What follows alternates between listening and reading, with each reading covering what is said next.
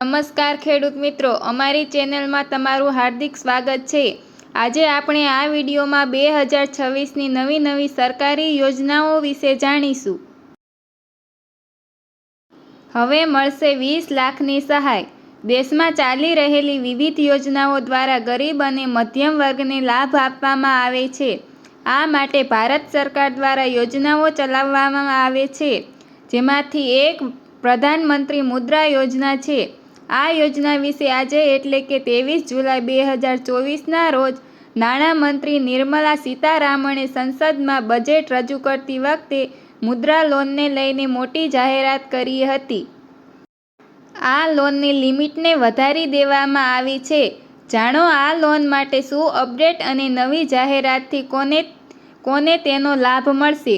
વાસ્તવમાં નાણામંત્રી નિર્મલા સીતારામણે સંસદમાં બજેટ રજૂ કરતી વખતે જાહેરાત કરી હતી કે હવે મુદ્રા લોન 20 લાખ રૂપિયા સુધી સહાય મળશે, જ્યારે પહેલાં આ લોન મર્યાદા 10 લાખ રૂપિયા સુધીની હતી। હવે વરસાદ આવશે કે નહીં? જાન્યુઆરી મહિનો પૂરા થવા આવ્યો છે, એટલે ઠંડી જતી રહેશે એવું ન માનતા, કારણ કે ઠંડીના અત્યાર સુધીના સૌથી મોટા સર્દીના અંબાલાલ પટેલે આગાહી કરી છે। હવામાન નિષ્ણાતે કહ્યું કે ગુજરાતમાં શીશ થીજવતી ઠંડી પડશે। હવામાન નિષ્ણાત અંબાલાલ પટેલની આગાહી અનુસાર કહ્યું છે કે કાલે કમોસમી વરસાદને કારણે વાતાવરણ સર્જાયું છે। પતિ પત્નીને મળશે 10,000 રૂપિયા। જો તમારા પણ છેલ્લા 2 વર્ષમાં લગ્ન થયા હોય કે થવાના હોય તો તમને સરકાર તરફથી 10,000 રૂપિયા સહાય મળશે।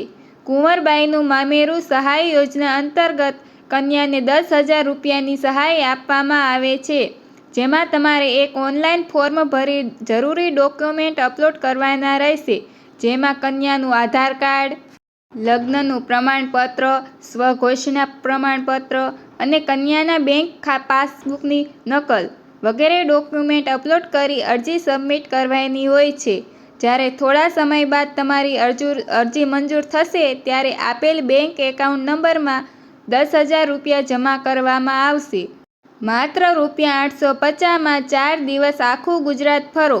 જીએસઆરટીસીએ પ્રવાસીઓ માટે મન ફાવે ત્યાં પ્રવાસ કરો યોજના અમલમાં મૂકી છે। આ સ્કીમ હેઠળ નોન એસી બસમાં 4 દિવસ માટે ₹850 અને 7 દિવસ માટે ₹1450 નક્કી કરવામાં આવ્યા છે। એસી બસમાં 4 દિવસ માટે દર ₹2,950 રાખવામાં આવ્યો છે। આ યોજનામાં બાળકોને 50% ટિકિટની રાહત મળશે।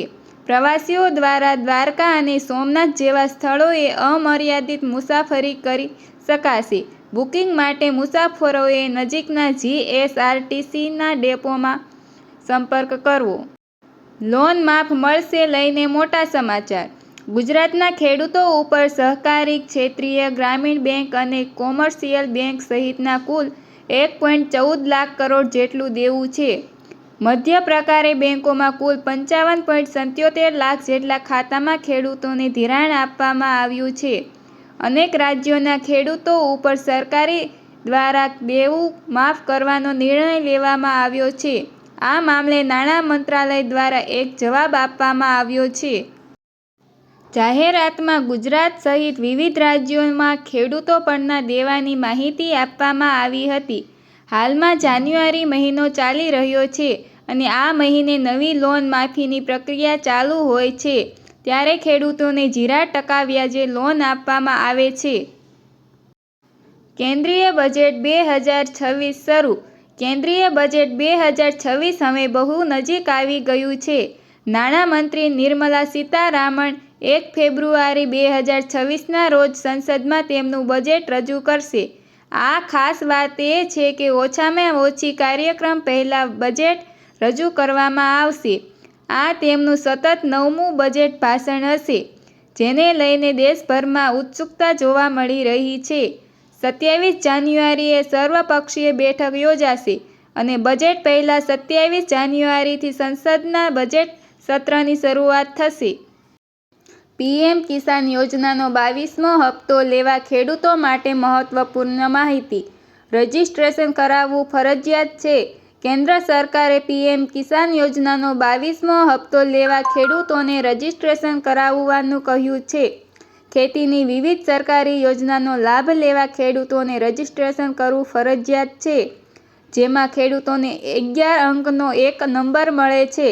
આ રજીસ્ટ્રેશન ગામના વીસીઈ પાસે કરાવી શકો છો, જેના માટે તમને મોબાઈલ આધાર કાર્ડ, આધાર સાથે લિંક મોબાઈલ નંબર અને જમીન વિગત પૂરી જરૂરી પડશે. વહાલી દીકરી યોજના 2026 રાજ્ય સરકારની વહાલી દીકરી યોજના હવે દીકરીઓના સપના સાકાર કરવા માટે કાર્યરત થઈ છે. વર્ષ 2026માં નોંધાયેલી દીકરીઓ જ્યારે પ્રથમ ધોરણમાં પ્રવેશ લેશે, ત્યારે વડોદરા શહેર અને જિલ્લાના 14,000 દીકરીઓને રૂ4,000નો પ્રથમ હપ્તો ચૂકવવામાં આવશે. યોજનાના લાભ. યોજના હેઠળ દીકરીને કુલ રૂ1,10,000ની સહાય. મહત્વના તબક્કામાં સહાય મળશે. યોજનાનો લાભ લેવા જરૂરી દસ્તાવેજો: માતા પિતાનું લગ્ન નોંધણીનું પ્રમાણપત્ર, દીકરીનો જન્મ દાખલો, આધાર કાર્ડ, રેશન કાર્ડ, આવકનું પ્રમાણપત્ર, બેંક પાસબુકની નકલ. ગામડાના લોકોને ફાયદો. મુખ્યમંત્રી ભૂપેન્દ્ર પટેલે ગ્રામીણ વિસ્તારોમાં રહેતા ગરીબ અને મધ્યમ વર્ગના પરિવારો માટે અત્યંત સંવેદનશીલ અને રાહત આપનારો નિર્ણય લીધો છે. આવાસ યોજનામાં ફેરફાર. ગુજરાત ગ્રામ ગૃહ નિર્માણ બોર્ડની વિવિધ આવાસ યોજનાઓમાં બાકી હપ્તા પર વસૂલાતમાં આવતું 2% દંડ વ્યાજ હવે માફ. મુખ્યમંત્રીની વન ટાઈમ સેટલમેન્ટ યોજના દ્વારા 9,000થી વધુ પરિવારોને સીધો લાભ. ખેડૂતોને રૂ15,000 સહાય ઘર આંગણે. ખેડૂતોને ઈરાદે સોલાર ફેન્સિંગ બનાવવા માટે સોલાર પાવર યુનિટી ગ્રીડ ખરીદીમાં નાણાકીય સહાય આપવાની નવી યોજના જાહેર કરવામાં આવી છે. વર્ષ 2025-26 માટે સોલાર પાવર યુનિટ ગ્રીડ માટે અરજીઓ સ્વીકારવા માટે આઈ ખેડૂત પોર્ટલ ખોલવામાં આવ્યું છે. સોલાર ફેન્સિંગ યોજના.